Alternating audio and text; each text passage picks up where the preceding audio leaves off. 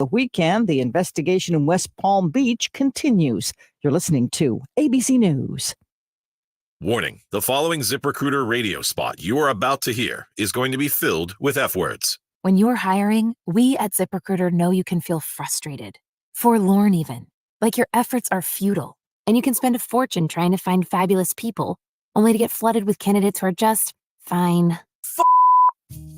Fortunately, ZipRecruiter figured out how to fix all of that. And right now, you can try ZipRecruiter for free at ZipRecruiter.com/free. With ZipRecruiter, you can forget your frustrations because we find the right people for your roles fast, which is our absolute favorite F word. In fact, 4 out of 5 employers who post on ZipRecruiter get a quality candidate within the first day. Fantastic. So, whether you need to hire 4, 40, or 400 people, get ready to meet first-rate talent. Just go to ZipRecruiter.com/free to try ZipRecruiter for free. Don't forget, that's ZipRecruiter.com/free. Finally, WSJM News Now. Team coverage from the WSJM Newsroom on News Talk Sports 94.9 WSJM. And good morning. Once again, welcome to the WSJM Morning Show. I'm Ken Lundberg. 58 degrees and clear in Benton Harbor right now, 59 and clear in St. Joseph, and taking a look up at South Haven, 57, 55 in Buchanan. So we've dropped a few degrees in the last hour, and I think that is because we have absolutely no blanket on top of us this morning. The clouds have disappeared. Yeah, and there's a big moon out there. How you doing? How's everyone doing this morning? Good. He's clapping because temperatures are dropping. I'm trying not to be offended. Wait a second. So we've got Sarah Spoonholtz in from the Southwest Michigan Regional Chamber, and I also have a special guest in the studio this morning is Pastor Maurice McAfee of the Bethel Baptist Church. We'll be talking with both of them in just a couple of moments. But so what? I don't understand. Who's a fan of cold temperatures? Okay, Pastor. I like cold temperatures. Yeah, me too. In the right season. Okay, but I'll take the mid 80s more than the upper. All right. 80s. So are we in agreement, yeah, Sarah? You're okay with the absolutely. Okay, I am going to disagree with both of you, unfortunately. What? Well, because the sun just seems so intense, and I want autumn. I want a real autumn. I don't want crispy critters on the trees and the lawns. And my dog is panting, and you still have a handful of days left before it technically is fall. That's true. Let us all right. enjoy the last few days of summer. Yes, right? Fine. You can have your summer. That's fine. And talking about the forecast, I mean, shoot, it's going to be so a high of 85, mostly sunny. Tonight's forecast mostly clear, a low of 58. Pretty much cut and paste that forecast up through next week. That's it. No rain. No rain. Okay, no rain. No rain. Yeah. My lawn. The lawns are dying. It's brown. Like there is no car is a different color now because of everything that's on it. But all right, we'll talk with both of you in just a couple of moments. Not about meteorology, but about your specific expert areas. That's coming up in just a moment. Some of the news that we're covering from the WSJM newsroom this morning. Benton Harbor City Commissioners are updating rules for the city's new social district, but not without some debate. At their regular meeting last night, commissioners were asked to amend the dates of operation for the district, among other things. City Manager Alex Little said the commission was only being asked to correct the ordinance language to reflect its original intent for the social district to be year-round. However, Commissioner Ethel Clark Griffin would have preferred more restrictions, saying the district is a disturbance to nearby residents. Would you want somebody partying and drinking in your backyard every day? People work, some have kids down there. I'm still not with it. And then you come from 5 months, now you're talking all year? Under the resolution being considered by commissioners, the social district's hours will be noon to 10 p.m. 6 days a week and noon to 5 p.m. on Sundays. Clark Griffin says that's basically all day, all year. However, Commissioner Sharon Henderson said social districts have proven effective since the state started allowing them during the pandemic. It allowed them to bring their businesses outdoors, but also it helped to drive tourism in the state of Michigan. And so as a result of the many of the social districts, it has helped to improve the economies within cities, specifically in Michigan. So-called social districts allow alcoholic beverages purchased within them to be carried around outdoors within the district's boundaries as long as the drinks are in specially designated containers. Benton Harbor's social district, approved in May, covers the Arts District, Henderson said businesses like the Livery have started taking advantage. Deputy Public Safety Director Michael Clark said the social district has not led to an increase in crime. Commissioners approved the changes, with Clark Griffin, Emma Kennard, and Juanita Henry voting no. Monday's vote also clarified the process for applying to be part of the social district. The United States House of Representatives has approved legislation intended to reduce the influence of China on American college campuses. Area Congressman Bill Huizenga tells us the DHS Restrictions on Confucius Institutes and Chinese Entities of Concern Act, that's a mouthful, prevents the Department of Homeland Security from sending taxpayer dollars to American universities that maintain a relationship with Chinese entities of concern and host so-called Confucius Institutes. Confucius Institutes are Chinese government-funded study programs at U.S. universities and colleges. They're throughout the country. They've been quite prolific, and ostensibly they are supposed to be there so that America can just understand more about China. Unfortunately, what we know is that they have become espionage centers. Huizenga says that could be industrial espionage or otherwise. The legislation approved by the House of Representatives last week includes an amendment from Huizenga that would require the Secretary of Homeland Security to report to Congress any institution of higher learning that has a relationship with a Confucius Institute. That's kind of confusing. He says the federal government should not give money to an educational institution that allows the Chinese government to influence learning on campus. The legislation passed the House of Representatives on a vote of 249 to 161. And finally, Berrien County Cancer Service is raising money and having some fun with the community next month with its Pink Toilet Timeouts at Watermark Brewery in Stevensville. Berrien County Cancer Service Director of Development Tiana Weller-Essig tells us that they'll have some pink toilets available as sitters for fundraising on October 2nd. We're calling it Pink Toilet Timeouts because cancer stinks. So we'll be going to Watermark. We've got 4 pink toilets, and we're asking people to sit on the toilets for 5 minutes and raise some money for us. It gets attention. I'm telling you, a sitter can pay $10 and get a drink and a sticker, or they could pay $100 and also get a trophy. Those who have been nominated to sit on a toilet can get out of it by paying $250. Weller-Essig says with 4 toilets, 5-minute sits, and the event going on for nearly 5 hours, they did the math, and they say they could potentially get hundreds of toilet sitters. We're asking people to come as teams and cheer each other on sitting on the pink toilet. And even if they want to wear costumes or anything like that, we thought that would be fun. They'll also have a duck throw where people can buy a duck and throw it into a toilet. The event will feature food, music, and of course, it's all for a good cause. It'll be at Watermark Brewing on October 2nd from 3:30 to 8 p.m. The public's invited to attend. Berrien Cancer Service started in 1948 to help support those battling cancer. Weller-Essig says it provides in-home nursing care in addition to support supplies like walkers, wheelchairs, wigs, bandages, and a whole lot more. It's 7:10. The WSJM Morning Show continues. We've got our guests in studio, guests plural. Sarah Spoonholtz is here with the Southwest Michigan Regional Chamber. We'll talk about some of the activity that they have going on, including ribbon cuttings and networking events and leadership meetings and all kinds of other fun stuff going on. Also, we'll talk with our guest in studio, Pastor Maurice McAfee of Bethel Baptist Church. He's here to talk about some of the serious, very serious issues that are affecting and facing Benton Harbor and Berrien County at large.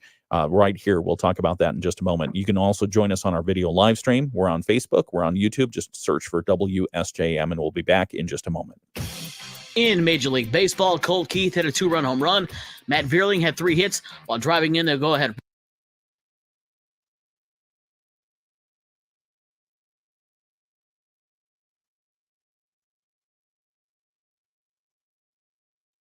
All right, and to those of you on the video live stream, good morning and welcome to the WSJM Morning Show video live stream. Our guests this morning, Pastor Maurice McAfee of Bethel Baptist Church is here. Also, Sarah Spoonholtz with the Southwest Michigan Regional Chamber. And we'll be talking with Sarah in just a moment about some of the activity that's happening. Also, Pastor McAfee, welcome. When's the last time? Have you been into the studio before?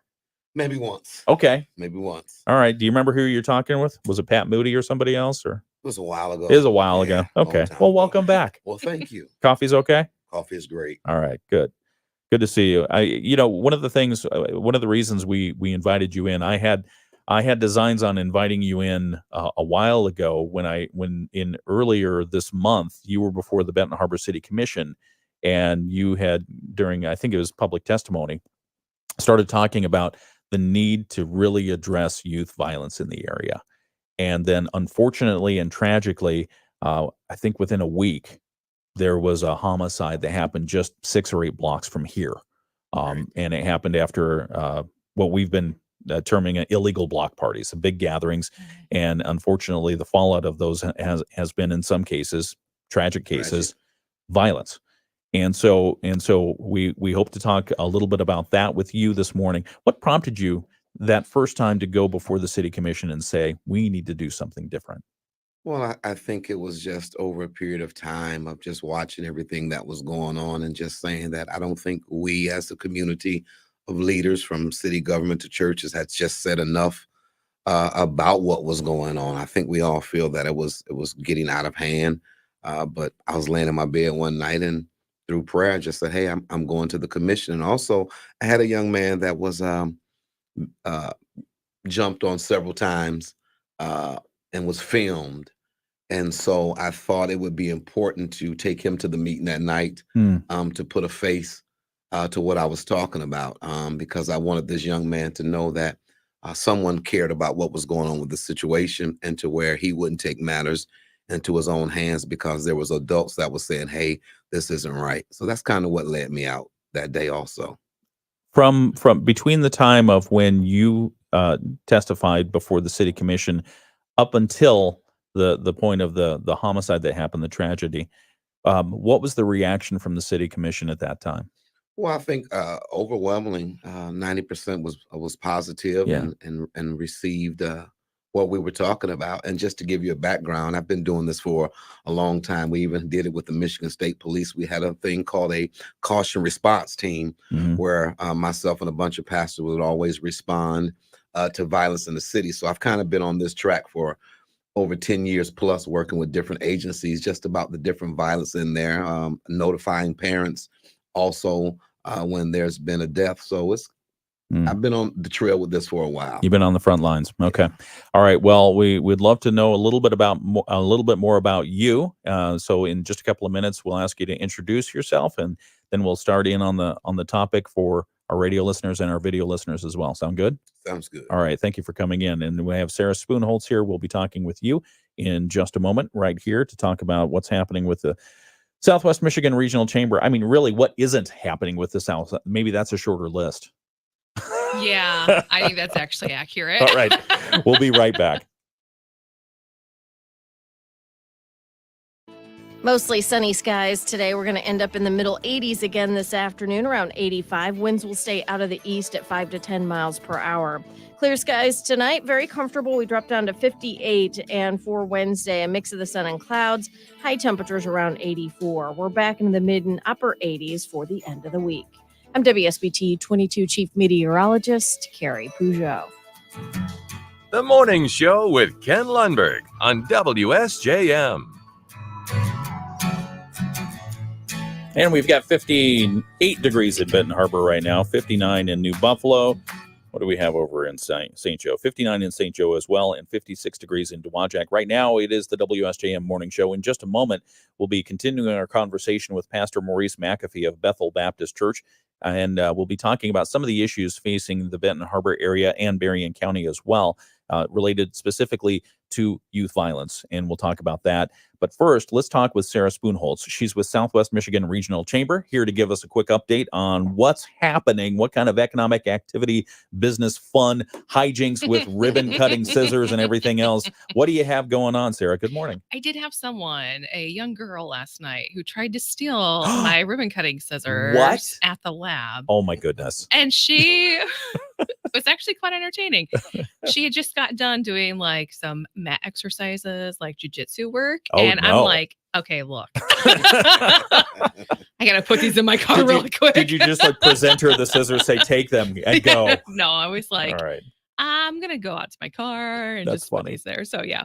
But as I mentioned, we've got 14 different events from yesterday's ribbon cutting at the Lab Martial Arts and Fitness. through the end of the month. So, and that is primarily ribbon cuttings, next gen networking opportunities to engage the 21 to 40 crowd, and then also our business after hours event. So we are just going gangbusters right now. We've got a lot of great things happening. If you are looking for opportunities to connect, actually this Thursday, we've got Hungerford Nichols. That'll be our next business after hours. That is from 5 until 7 at 5 o'clock. Sorry, not Hungerford Nichols. I keep doing that. They rebranded to just Hungerford CPAs and Advisors. Okay. The Nichols is out. That's gone. Okay. But force of habit. Yes. Force of habit. So with their rebrand, we're actually doing the official ribbon cutting. So it kicks off the first ribbon cutting celebration for all of their locations across Southwest Michigan, all the way up to Grand Rapids, will be this Thursday. So we'll do that right at 5 o'clock, and then we'll go inside and do our full business after hours event. So the weather does look perfect for it. Nice. Very excited about that. But then we also have a ton of members who are doing events right now too. So we've got everything from the YMCA events to Becky Martin with BCM Organizing. She's doing an event with the Lincoln Township Public Library at the end of the month at Stevensville Village Hall, because if you are unaware, the Lincoln Township Library is going on big renovation. Full renovation right now. So excited about that. That is a free event on helping you to get organized and some baby steps and what you need to take to tackle it, because that can be like super stressful. But we've got just a ton of things happening. Everything from we just had the Best of Japan event this past Friday, partnership with Southwest Michigan First and Lake Michigan College. We got to showcase the Hanson Tech Center to 14 different Japanese delegates, which was amazing. And then we've got the Vietnam Chamber of Commerce and Industry coming in as a partnership with Andrews University for their Global Executive Institute at the end of the month, which is next week. So, I mean, so that'll be another 13 individuals from Vietnam who will be coming in. And we'll be showcasing Southwest Michigan to them as well. Yeah, if I can take you off script for just a second. Yeah, what script? I know, right? You're just rattling this off the top of your head. But no, the plan of what you wanted to talk about. But as far as like these international, you say both Vietnam and Japan. Why are these international relationships important? Well, one, it's important because especially for the Japanese businessmen who were here, they are up and coming new companies who are looking for places to locate. So if we can sell them and why Southwest Michigan is a better option than Chicago, than Jackson, than Detroit, that is going to bring industry. It's going to bring population, which has been obviously one of the biggest things that Arthur has been touting is we have to do something about our population. We are in a constant decline, not just Berrien County, but Cass and Van Buren as well. So that's huge. Vietnam, that opens again, little bit different scenario. The Vietnam government, they have actually been pumping a lot of money into manufacturing. So if we can help share with them some of the manufacturing titans that we have here, how they have operated, and help them grow that program, then that could be a huge chapter in our history as well, and build partnerships with them. So that's exciting. I mean, it's definitely multifaceted, and it is incredibly exciting. And the best part is I don't have time to learn another language. And thankfully, they all speak English. Well, I love that 180 degree because we hear way too often about jobs going overseas, going somewhere else. And so it's encouraging to hear that there are companies in countries that want to have a footprint here to drive economic activity. Yeah, I mean, there's definitely the value. And Southwest Michigan specifically, like so many people look at our community and they're like, there's nothing here, there's nothing this, there's nothing that. But if you take and you look at our community versus other areas where you could very much relocate, as I mentioned, Chicago, Detroit, Jackson, Indianapolis, Grand Rapids, they are bigger cities. They have the hustle and bustle, but the quality of life here is so much better. There are so many people who have moved away because, their early 20s, they go to college, they leave, and then they come back because they're like, man, like the lake, the trails, the water, the people, the community as a whole, and what we do have to offer that so many people just have yet to realize and to tap into is truthfully, it's second to none. And that is one of the biggest things why Arthur and I are so passionate. Arthur especially is incredibly passionate about this area. I as well, being born and raised here, and our entire team. And that's one of the reasons why we are working so hard for, to help our businesses, to make sure that they are supported, as they continue to grow and succeed, because we need them as much as we also need to bring in new people. Yeah. So it's kind of a twofold. Thank you for that. Yeah, you're welcome. Sarah Spoon-Holtz, Southwest Michigan Regional Chamber. Anything else? How do people get more information? By all means, please head to our website, Yes. smrchamber.com, the event section. We are always adding new events. Events are always being updated and approved, which I now remember I have some from 4 Winds I need to approve. Sorry about that, guys.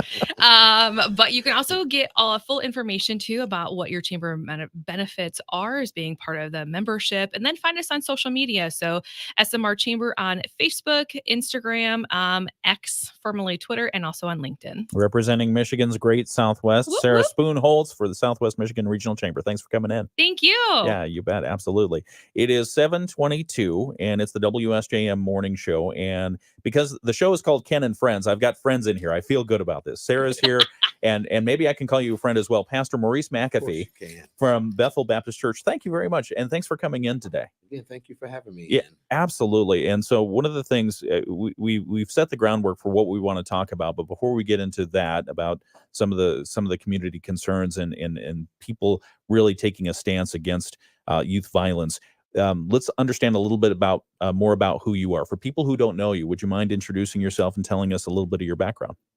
Again, my name is Maurice McAfee, born in a little small community called Eau Claire, just a little bit away from here. Yeah. Go Beavers. My dad moved this way from the South, and so relocated to Eau Claire. Okay. Been there pretty much most since I was born. Do a lot of work there. Family has always been involved in community activities. My dad was a local pastor for about 44 years, and so I just learned community and loving people through him. So that's pretty much who I am. Yeah. I mean, when did you make the conscious decision to become a man of the cloth? That was 31 years ago. Wow. 31 years ago at a rightful, youthful age of about 22. Yeah. Do you remember the moment of like, this is it? I remember it real clear. What was that like? It was an experience. Yeah. I was actually, honestly, I tell people this all the time, young people, actually, I was in a bar, sitting at a stool.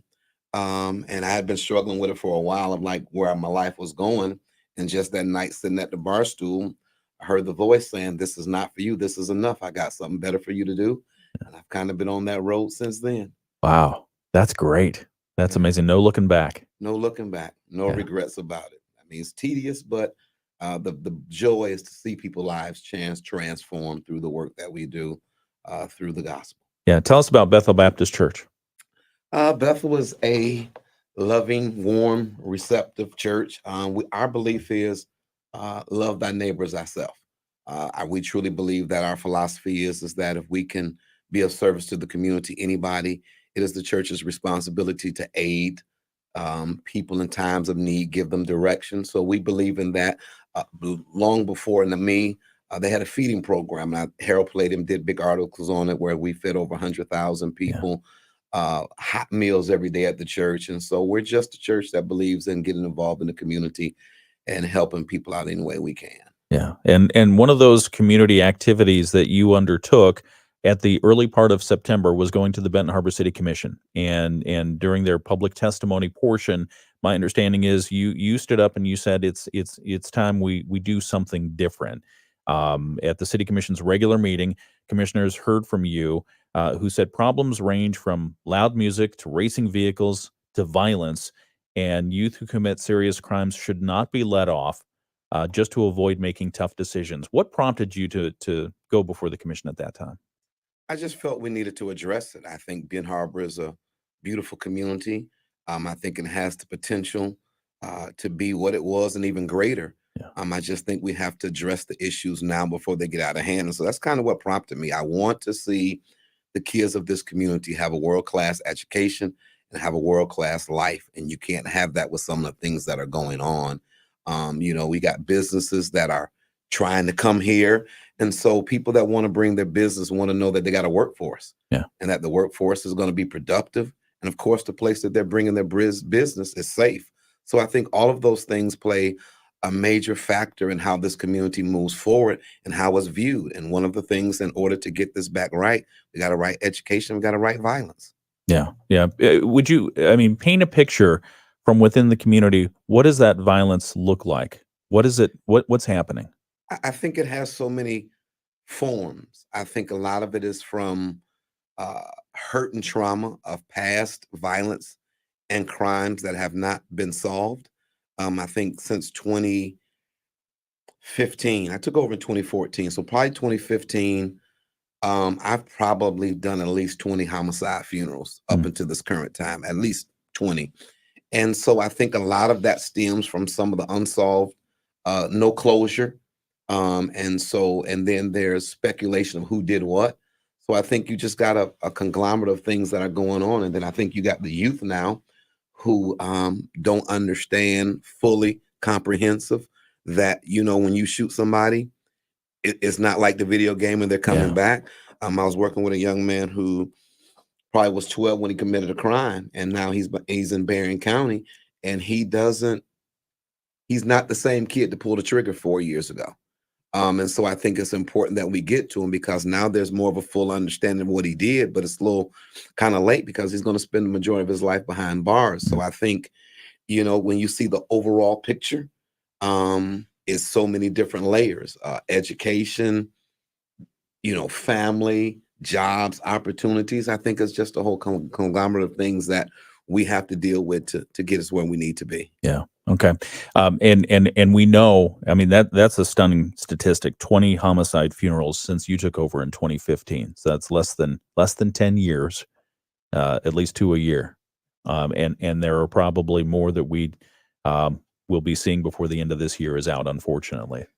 Yeah. And I think that my prayers is that we can get in front of it. Yeah. And that we can stop of it. We did a thing probably back in 2020, 2021, when COVID was going on. We called it 21 Days of Peace.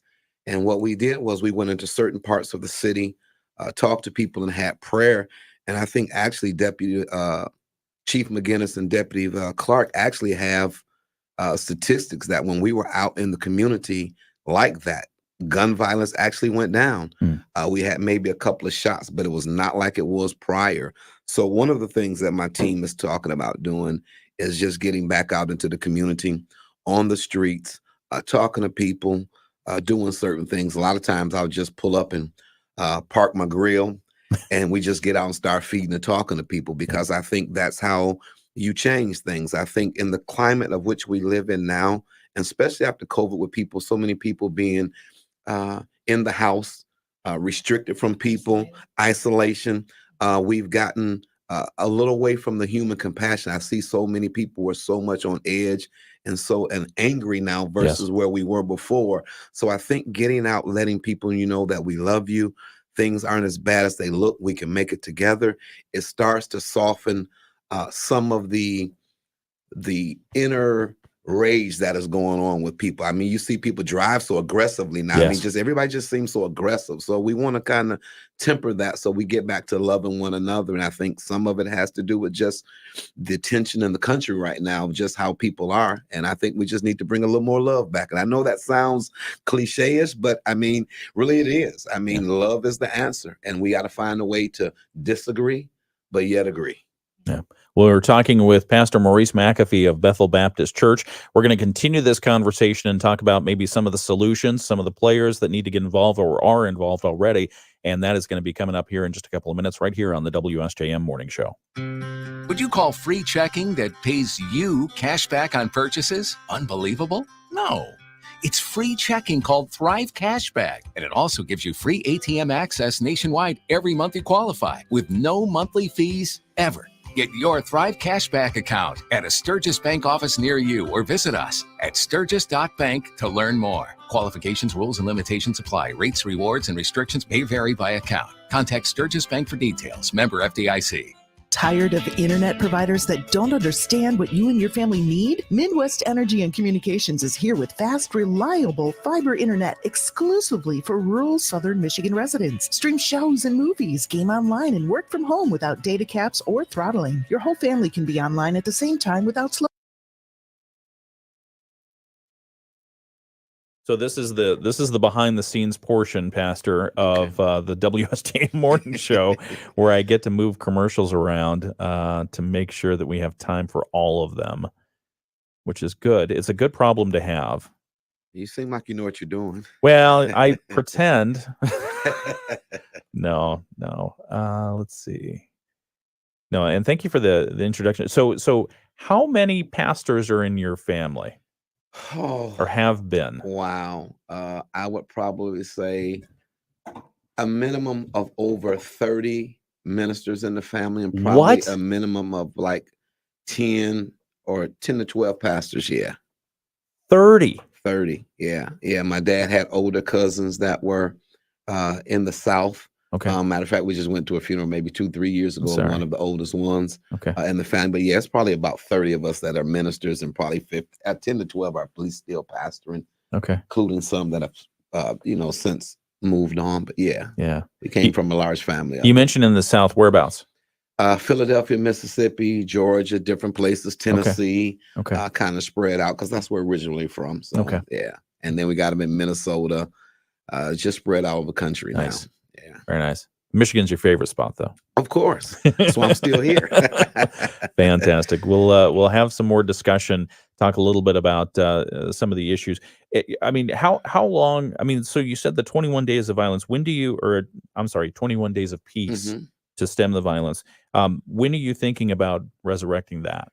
We're thinking about, we're putting together. I'm going to say probably our target is spring, just because we want to take our time and put things together and stay more consistent. I think the fall and the winter will take care of some things. Right.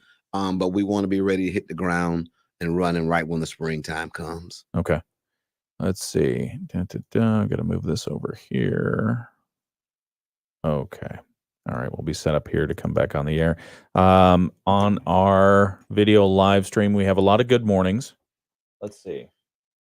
Oh, my goodness. Teresa says good morning. Bill says good morning. Bernice. Good morning. Good morning. There are a ton of good mornings. Bernice Mason says good morning, Pastor. So she's very specific. Good morning. As was Teresa as well. There are like 20 good mornings here. What are you people doing? I love my audience. Let's see. Amazing. Good morning, everyone. Okay. And then Teresa says Michigan is beautiful. Okay. Yes, it is. All right. So we'll come back with more news in just a moment.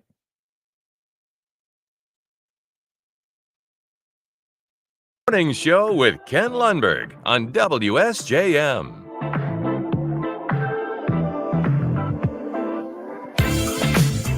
Just making sure we hit all the right buttons there. 734, 58 degrees in Benton Harbor right now, 59 in St. Joseph. Dowagiac has 56 degrees and 57 in South Haven. Again, the forecast for today isn't going to change much. It's going to be mostly clear, sunny skies, high around 85 degrees. Still those winds from the east, 5 to 10 miles per hour. That's what's keeping us warm. Tonight's forecast, mostly clear, a low around 58, and that's going to be the forecast for Wednesday, Thursday, Friday, Saturday, Sunday, and Monday. So no precipitation in the forecast. Tigers bested the Kansas City Royals yesterday, continuing their wild card hunt. They won 7-6. They play again in Kansas City tonight. The first pitch is at 7:40. You can hear that right here on WSJM. We'll have news from ABC. We'll continue our conversation with Pastor Maurice McAfee of Bethel Baptist Church. That's coming up in just a moment. We'll have local news as well as our sports from Dave Wolf. It's all right here on the WSJM Morning Show. ABC News, I'm Sherry Preston. The man suspected of aiming his rifle in the direction of Donald Trump appears to have camped out at Trump's Florida Golf Club for 12 hours before he was spotted. Court papers say Ryan Wesley Ruth didn't fire any shots and never had Trump in his line of sight. Sean Diddy Combs is expected to appear before a judge this morning. He was arrested last night, but the grand jury indictment against him is still sealed. The Federal Reserve meets today for one of its most anxiously awaited sessions in a long time, says ABC's Daria Albinger. It's been rumored, for a very long time that the Fed will cut interest rates. The central bank could do that by the time it adjourns tomorrow, now that it's declared high inflation all but defeated. And that could make borrowing more affordable from Wall Street to Main Street. Meta's banning Russian state media from the social media platforms it owns, Facebook, Instagram, and WhatsApp. The company says Russia's covert influence operations use deceptive practices to amplify the Kremlin's propaganda efforts. This is ABC News. WSJM News Now. Team coverage from the WSJM Newsroom on News Talk Sports 94.9 WSJM.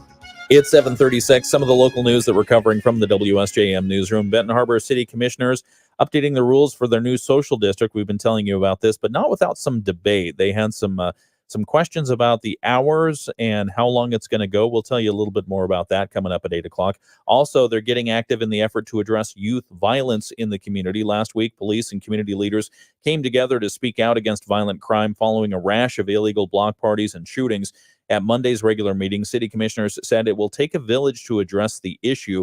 Commissioner Ethel Clark Griffin said she lost her own brother to gun violence. So we'll tell you more about that story. Also, we'll continue our interview we're having in just a few minutes with Pastor Maurice McAfee of Bethel Baptist Church. He raised his voice at the city commission in early September before the most recent violence occurred. And we'll talk with him a little bit in a couple of minutes about some of the solutions that he would like to see. Also happening in the news, Michigan State Police and partners are marking the 10th anniversary of OK to Say Student Safety Tip Line. That happened yesterday. They modeled the program on something that was happening in Colorado.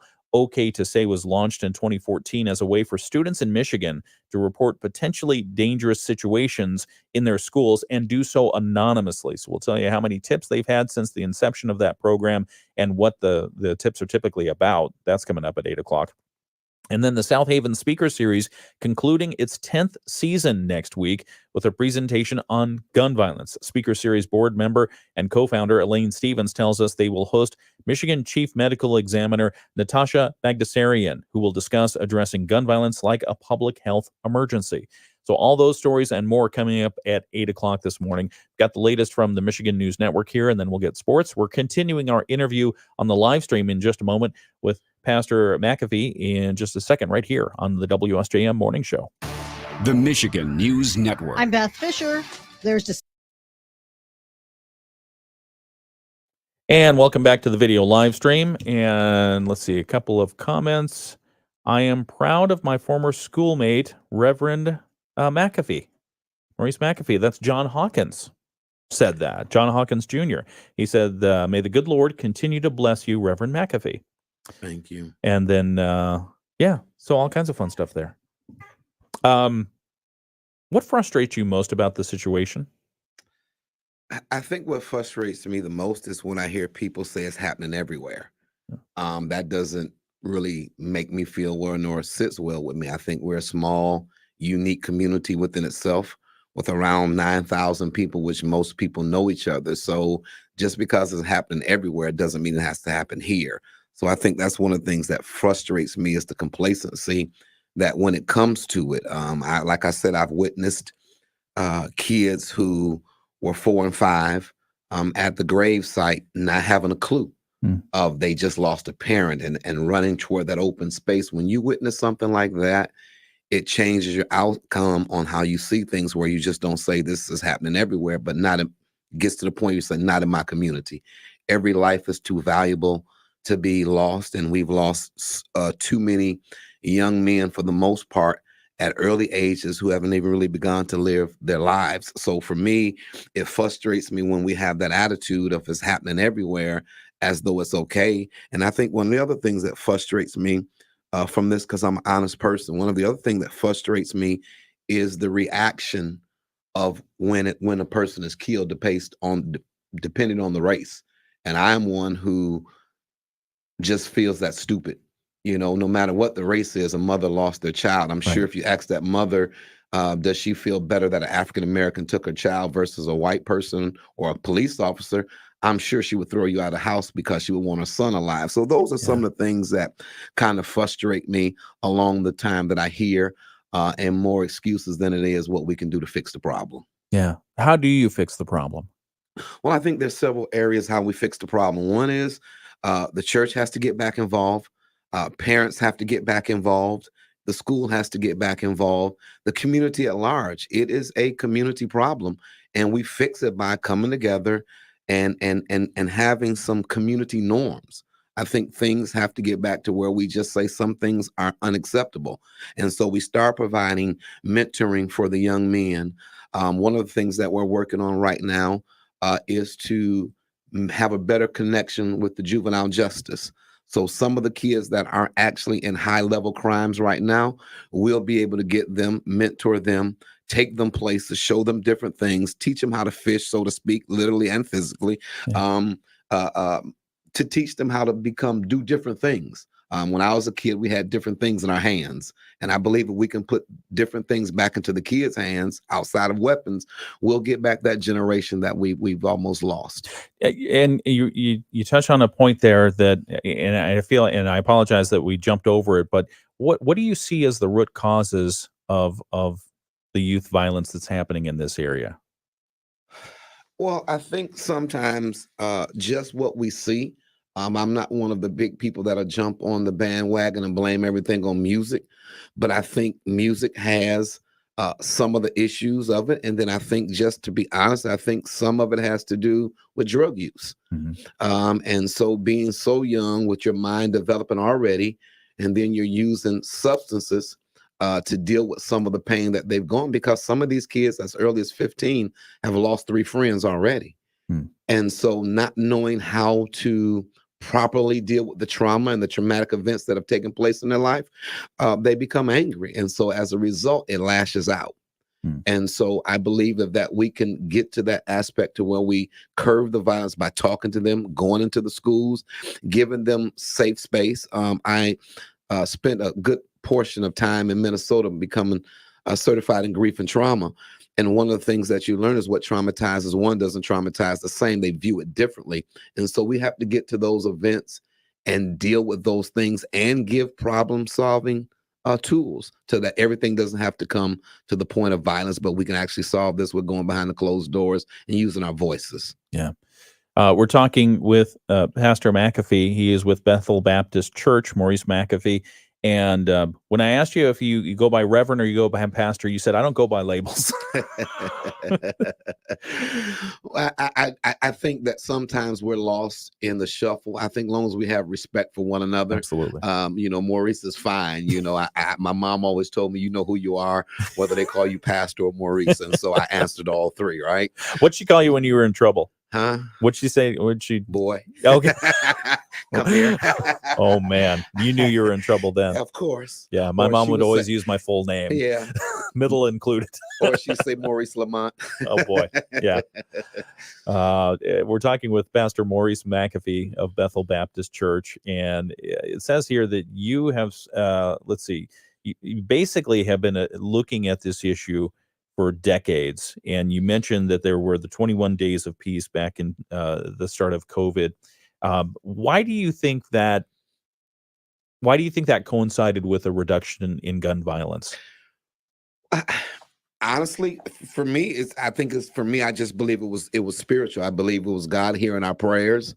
And then, like I said, we were out in those areas talking to people, feeding people. And I just believe my faith is strong if we do the things that God asks us to do, that he'll change the hearts and minds of people.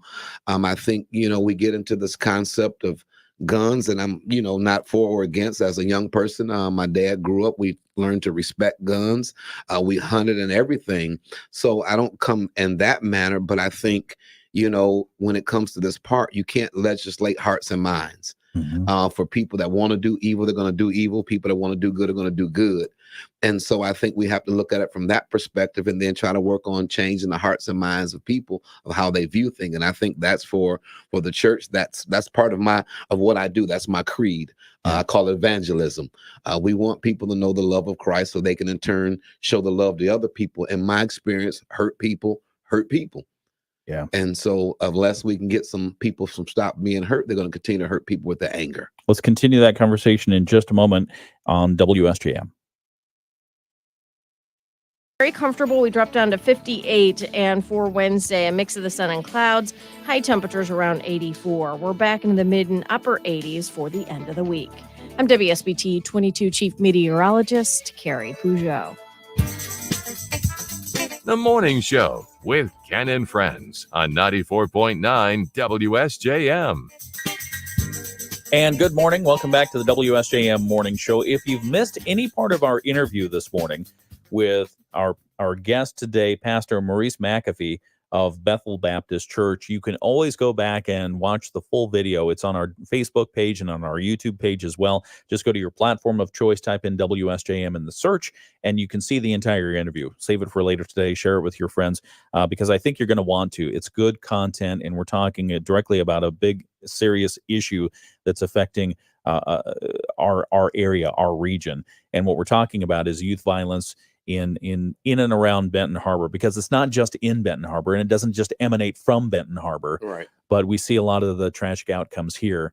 And you were talking about one of the solutions that you have in mind is, again, continuing that conversation, re-engaging in those conversations where community groups are engaging in the neighborhoods and talking with the young people to engage them and start to think about how you can change hearts and minds for those who are not on the right path. And what you're talking basically about is a culture shift. That's a big order. How do you address that? And how long is it going to take? I think it's, call me an optimist. I think it's easier than what we really believe. Okay. I think most people want it. Some just don't know how to go get it. And so I believe if we continue to show and to go in the schools at earlier ages. One of the other things that we're talking about is possibly with the school, I asked them to find me 45. I'm going to do the girls. I don't want to think we're just focused only on the boys, but we're going to start with the boys first, where we're going to get 45 boys from the ages of 10 to 14 who have been doing the right thing in school, and then we're going to take them somewhere. We're going to put them on a bus, take them to a Pistons game. We're going to do something to get them out of the city to show them something different than what they see. Also, that sets up for the younger kids to say, we got something to aspire to, because we get to go to a game, and this is not going to be a one-time event, because we want to get our young men to be recognized for positive behavior.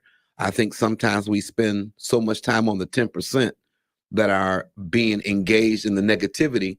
We forget to pour back into the ones that are sitting in silence, suffering because nobody's paying attention to them anymore because they're not being in trouble. Right. So I think we have to have a healthy balance of dealing with the ones that are in trouble, but making sure the ones that aren't in trouble don't get into trouble to get attention.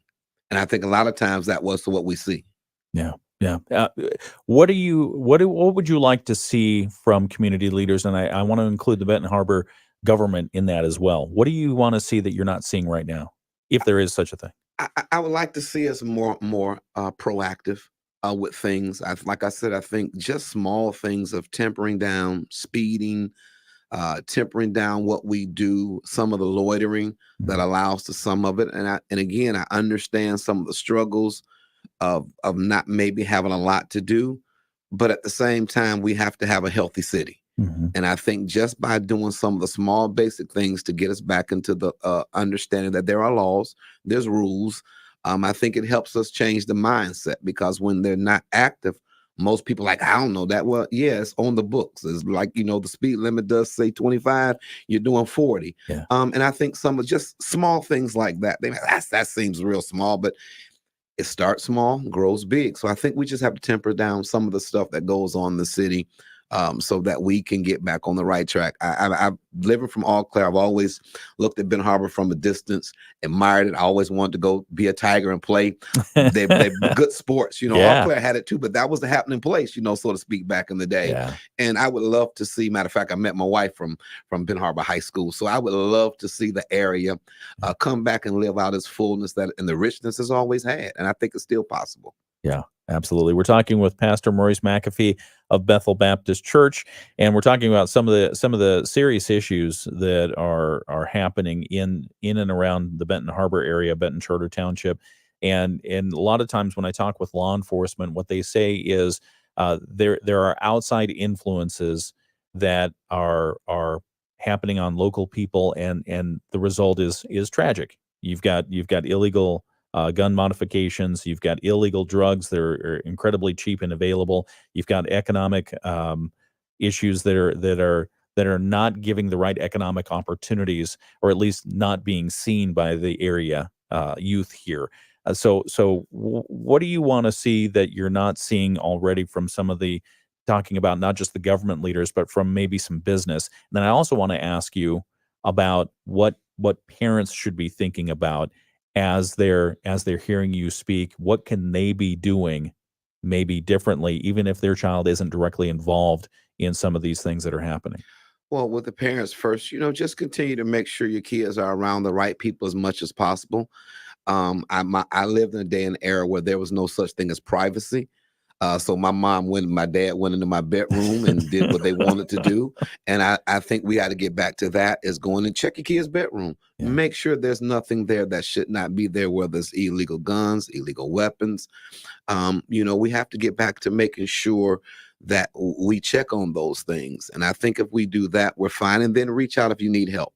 That's one of the things that I say all the time. A lot of the parents are, for the most part, good parents. Yeah. And now their kids are getting the stuff that they have no control over. And then, you get into the touchy spot. If you do this, you got this coming on. So, it's kind of tough for some of the parents that are doing the right thing. But I think if we get the mentorship up and give the parents opportunity to call in and talk about some of the frustration that they're dealing with. We're working on a back to school appreciation night for parents, where the parents will be able to come in and talk about some of the challenges that they're having and what we can do to help them with those challenges. So I think that starts the first place.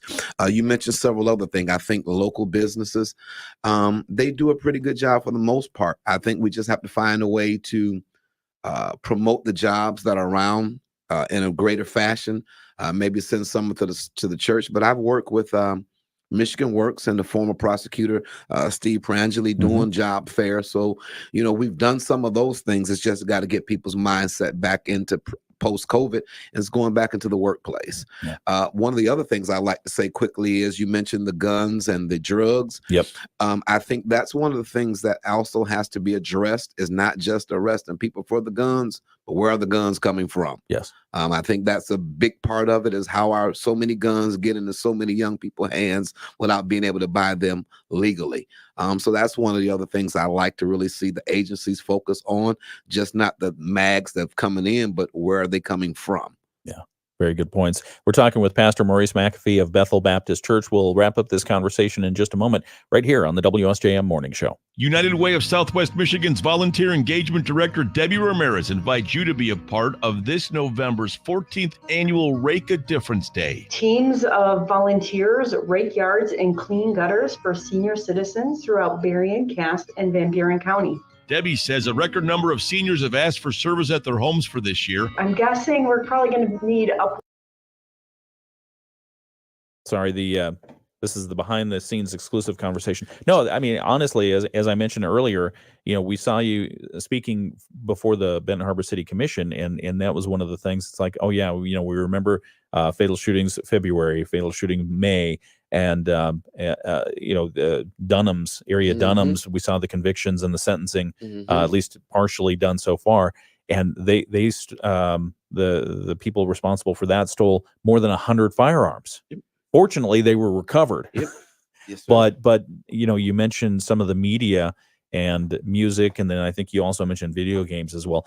I think you're absolutely right. I mean, it plays a role in desensitizing and not really understanding the true depth of what actions result in. Yeah, it is. I think I see a disconnect a lot of times from what actually happened or what's going on. I mean, and it's so desensitized that now, when people hear gunshots, nobody jumps, or, it's almost become normal. Yeah. And that's the thing that bothers me now. The abnormal is becoming normal.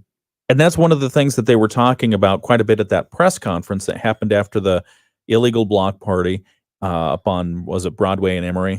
And they were talking about, the law enforcement was talking about how people were walking down the street, firearm in hand in some of those neighborhoods, and firing indiscriminately, not at anyone in particular, but to have that kind of, I don't know if it's psychological intimidation or what it is, or posturing, but that has to change. It has to. Not understand that a projectile has to come down from somewhere. Absolutely. It's the law of physics. What goes up must come down. I was with an area business owner. I won't name him because they didn't want to talk about it publicly, but I was with an area business owner who has cleaned up their parking lot. And he showed me a box full of spent bullets that had been collected from his business. And there were at least a couple of dozen there. that came down at some point. At some point. And that can kill somebody. That can kill someone. And nobody is thinking that far out because again, I think just the desensitizing of handling firearms. Like I said, we were always taught how to handle them. Yeah. And I just think the misuse of it is really the down part from it. Yeah. Yeah, it really is. I mean, I don't know. Did you have to go through the hunter safety training course that I did? Mm-hmm. I mean, that taught you respect for a firearm. Respect for a firearm, and plus, you didn't want the eye of my dad. No, because you didn't touch those guns. You know, and you knew it. Hey, I'm leaving.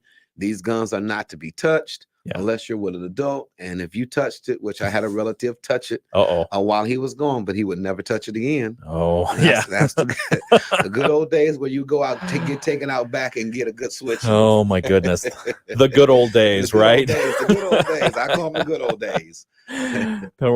Pastor Maurice McAfee. We're going to wrap up the interview during our Moody on the Market update here in just a moment. So we'll be back on the airwaves here. There is no normal right now. Workflow, staffing issues, supply and service delays, then your copier or printer starts acting up. We find most of these issues are simply network or user related, but don't fret. Our veteran support team will quickly troubleshoot and get your office back up and running fast, much faster than the out-of-town companies. Local service versus out-of-town service. Compare it to Parrot. The Morning Show with Ken and Friends on 94.9 WSJM. 7:57. Check that. 7:58. 2 minutes before 8 o'clock, and we've got to get our ABC News in. So let's do a quick Moody on the Market update. It's brought to you by Insurance Management Service. Call IMS today, your local auto owner's insurance agency in St. Joseph and in Niles. And one of the things that we like to talk about during the Moody on the Market update is interesting people you should know. And I think we have one sitting right here in studio right now, Pastor Maurice McAfee of Bethel Baptist Church. Thank you for coming in, and thank you for talking about the issues that we've been talking about. What would you like people to leave today's discussion thinking and doing? I would like for us to leave today with knowing that things can get better. I think if we work together as a community, hand in hand, parents, communities from all agencies across all community lines, across all racial lines, I think the more that Benton Harbor thrives, the more that Berrien County thrives. And so if we can just get back to the basics of working hard, talking to our children, and seeing what needs to be done. I mean, we got beautiful parks right now, but the kids just can't go to the parks because of the lack of safety. So I just think if we get back to things where kids can be kids and adults be adults, I know that's the utopia world that I grew up in, but I think it was a much safer and better world. And so we can get back to just some basic values. I really think it comes down to some basic values of what we believe a society should be like, what's acceptable and what's unacceptable. Again, no one is perfect, but there's just certain things that just cannot be tolerated if you're going to be a healthy community. All right. Thank you very much for your time and your words today, Pastor Maurice McAfee of Bethel Baptist Church. We appreciate you, and thanks for coming in. Thank you for having me. You have a great rest of the day. You too. From the Pat Moody Studios, this is News Talk Sports 94.9. WSJM FM, Benton Harbor, St. Joseph. Depend on us.